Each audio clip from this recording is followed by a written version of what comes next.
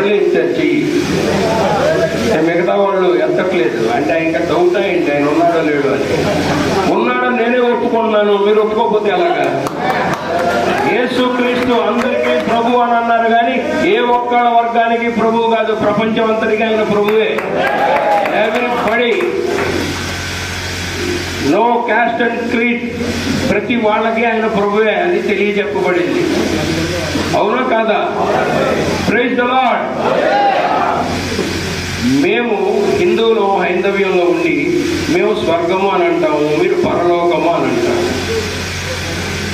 మా అందరికంటే మీరు ఎంతో అదృష్టవంతులు పుట్టుకతోనే. ఎందుకనంటే భగవంతుడు మీకు ఆ పరలోకం చేరటానికి నేనే మార్గము, నేనే సత్యము, నేనే జీవము అని చెబుతూ ఇది ఒక్కటి మీకు అందించాడు. పరిశుద్ధాత్మను మీ మధ్యలో పెట్టి వెళ్ళిపోయాడు, మనందరి మధ్యలో పెట్టి వెళ్ళిపోయాడు. అందరి జీవితాలు దీంట్లోనే ఉన్నాయి. ఆనందంగా ఉన్నప్పుడు చదివితే ఒక రకంగా ఉంటుంది, బాధతో ఉన్నప్పుడు చదివితే ఒక రకంగా ఉంటుంది, నష్టపోయినప్పుడు చదివితే ఒక రకంగా ఉంటుంది, అద్భుతమైన విజయాలు పొందితే ఇంకో రకంగా ఉంటుంది.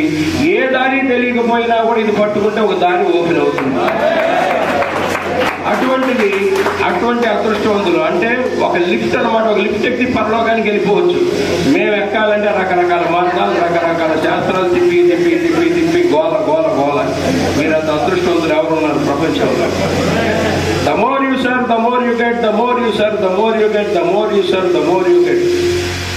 ఈ లౌకిక ప్రపంచంలో దీన్ని ఆధారంగా చేసుకొని బాగుపడి కోట్లు సంపాదించిన వాళ్ళు అన్యులు కూడా చాలా మంది ఉన్నారు. దీనిలో ఒక వాక్యాన్ని పట్టుకొని నేరం నాది కాదు ఆకలిది అని ఒక సినిమా తీసేసి కోట్లు సంపాదించేశాడు. మీలో పాపం చేయనాడు ఎవడో ఒక్క రాయి వేయండి అన్నాడు, అది ఇందులో నుంచి పట్టుకుంది. దాంతో సినిమా హిట్ అయిపోయింది. ఎన్టీ రామారావు గారి సినిమా కొన్ని సంవత్సరాలు 30-37 సంవత్సరాల క్రితం. కానీ మనమే పట్టుకోవాలి. ఈ వాక్యాల్లో ఏం చదివితే ఎవరిని ఏది తాకుతుందో ఎవరు చెప్పలేము. అందరూ చదివేదే, రోజు చదువుతారు, రోజు ప్రార్థన చేస్తారు. ఏదో ఆ వాక్యం స్పృశిస్తుంది, తట్టుతుంది, అక్కడి నుంచి అద్భుతాలు జరుగుతాయి. రోజు చదువుతున్నా కూడా అనేక మంది అనుకోవచ్చు ఇంకా ఈ కష్టాల్లో ఉన్నాం, ఈ కష్టాలు ఎప్పుడు పోతాయి, అది ఎప్పుడు పోతాయి, ఇది ఎప్పుడు పోతాయని. మనం ఒక కార్యక్రమం మొదలుపెట్టి 4 అడుగుల ముందుకే ఇంకా ఆగిపోతాం. కాస్త అడ్డంకి రాగానే ఆయన మనకేమైనా బాకీయా ఏంటి? ఈ ప్రపంచం మొత్తం పాలించే అతనికి మనకేమైనా బాకీయా? ఆయన ఎంత విశ్వాసంతో పట్టుకోవాలనేది ప్రతి ఒక్కళ్ళు ఆలోచించాలి. అప్పుడు అద్భుతాలు జరుగుతాయి. అంతేగాని ఆయన ఇవ్వడానికి సిద్ధంగా ఉన్నాడు, పుచ్చుకోవడానికి మనం సిద్ధంగా ఉండాలి. We must be ready to receive. మనకేం కావాలో ఇవ్వడానికి ఆయనకు సిద్ధం. అట్ ద సేమ్ టైం మనం కోరుతాం, అది కావాలి ఇది కావాలని, ఆయన ఇస్తాడు. కానీ మీకు ఏది మంచిదో అది ఇవ్వడానికి సిద్ధంగా ఉన్నాడు అనేది గుర్తించాలి. మనం అడిగింది రాకపోవచ్చు, మనం ఫార్చ్యూనర్ అడగచ్చు, అది రాలేదనుకునే లోపల ఆయన BMW ఇవ్వచ్చు. ఏం చెప్పగలం? మనం సింగిల్ బెడ్రూమ్ హౌస్ ఇస్తే చాలు జగన్ అనుకోవచ్చు. నీకెందుకురా సింగిల్ బెడ్రూమ్, నువ్వు నా కార్యక్రమంలో ఉంటూ నీకు ప్యాలెస్ ఇస్తానంటాడు. అవి ఆలోచించాల్సిన అవసరం లేదు. పిలిస్తే స్పీడ్గా పలిగేటువంటి దేవుడు. ఒక్క క్రిస్టియానిటీయే కాదు, బైబిల్ పట్టుకుని ఎవరు పిలిచినా పలుకుతాడు ఆయన. ఆయన గొప్పతనం. మరి నాకే పలుకుతున్నాడు అంటే మరి అందరికీ పలుకుతాడు. ఎలా పిలుచుకోవాలి, ఎలా పలకాలి అనేది ఒకటి ఆలోచన. అది ఇది నాకు అక్కర్లేదయ్యా, నువ్వు నాతో ఉంటే చాలు అనుకుంటే చాలు. మనలో వచ్చి కూర్చుంటే అన్నీ అయ్యే పరిగెడతాయి మన దగ్గర. మనం అడగాల్సిన పని లేదు, మనతో ఉంచుకోవాలి మనం. కాబట్టి నేను ఒకటే చెప్తా, యద్యదాచరతి శ్రేష్ఠః తత్తదేవేతరో జనః సయత్ ప్రమాణం కురుతే లోకస్తదనువర్తతే అన్నారు. ఉత్తములైన వారు దేనిని ఆచరించురో దానినే ఇతరులు ఆచరించురు. ఉత్తములైన వారు వేరిని ప్రామాణికముగా అంగీకరించురో దానిని లోకమంతయు అనుసరించెదరు అన్నారు. ఇవాళ ఉత్తములైన వారు అనేక మంది, జాతీయ సభం లాంటి వాళ్ళు, మిగతా వాళ్ళు అనేక మంది ఉత్తములైన వారు దీన్ని ప్రామాణికంగా అంగీకరించారు.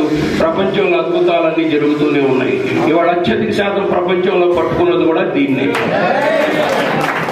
The more you serve, the more you get. The more you serve, the more you get. The more you serve, the more you get.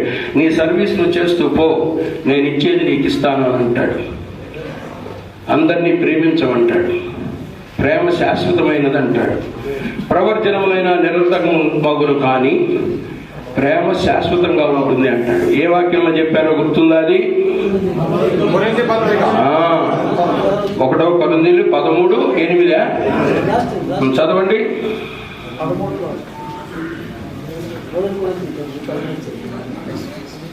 1 కొరింథీయులు 13:8. నేను చెప్పింది కరెక్టే. ప్రేమ శాశ్వత కాలముండును. అవును. ప్రవచనములైనను నిరర్థకములగును, భాషలైనను నిలిచిపోవును, జ్ఞానమైనను నిరర్థకమగును, మనము కొంత మట్టుకు ఎరుగుదుము. అలాగా ప్రేమ శాశ్వతమై ఉండును. శాశ్వత కాలం ఉండేది ఒక్క ప్రేమే. ఆ ప్రేమను అలవాటు చేసుకుంటే చాలు. Irrespective of cost and creed, ప్రతి ఒక్కరిని గౌరవించాలి, ప్రేమించాలి, అందరినీ కలుపుకొని వెళ్ళాలి. ఉన్నవాడైనా లేనివాడైనా సమానంగా చూడాలి. అలా చూస్తే అద్భుతాలు జరుగుతాయి. అలా అద్భుతాలు జరిగిన, అలా చూసిన వాళ్ళు, అలా చెందిన వాళ్ళ వల్ల పలానా అద్భుతం జరిగిందని ఎవరన్నా ఒక ఉదాహరణ చెప్పగలరా? సరే, ఇవాళ మనం 2023 సంవత్సరంలో ఉన్నాం. కొన్ని వందల సంవత్సరాల క్రితం స్టాన్ఫోర్డ్ యూనివర్సిటీ ఎంతమందికి తెలిసి? ఇక్కడ అమెరికాలో స్టాన్ఫోర్డ్ యూనివర్సిటీ అని ఉంది. అందులో 2 అనాథులు చదువుకుంటూ ఉండేవాళ్ళు. ఆ 2 అనాథులు ఫీజులు కట్టడానికి నానా తంటాలు పడేవాళ్ళు. ఎవరో ప్రవీణ్ లాంటి వాళ్ళు ఇంకొకళ్ళు సహాయం చేస్తే మొత్తానికి అందరూ యూనివర్సిటీలో చేరారు. వాళ్ళు ఏమనుకున్నారంటే నెక్స్ట్ ఇయర్కి మనం ఫీజు కట్టాలంటే మనం ఏ రకంగా ఫీజు కట్టాలని ఆలోచించారు.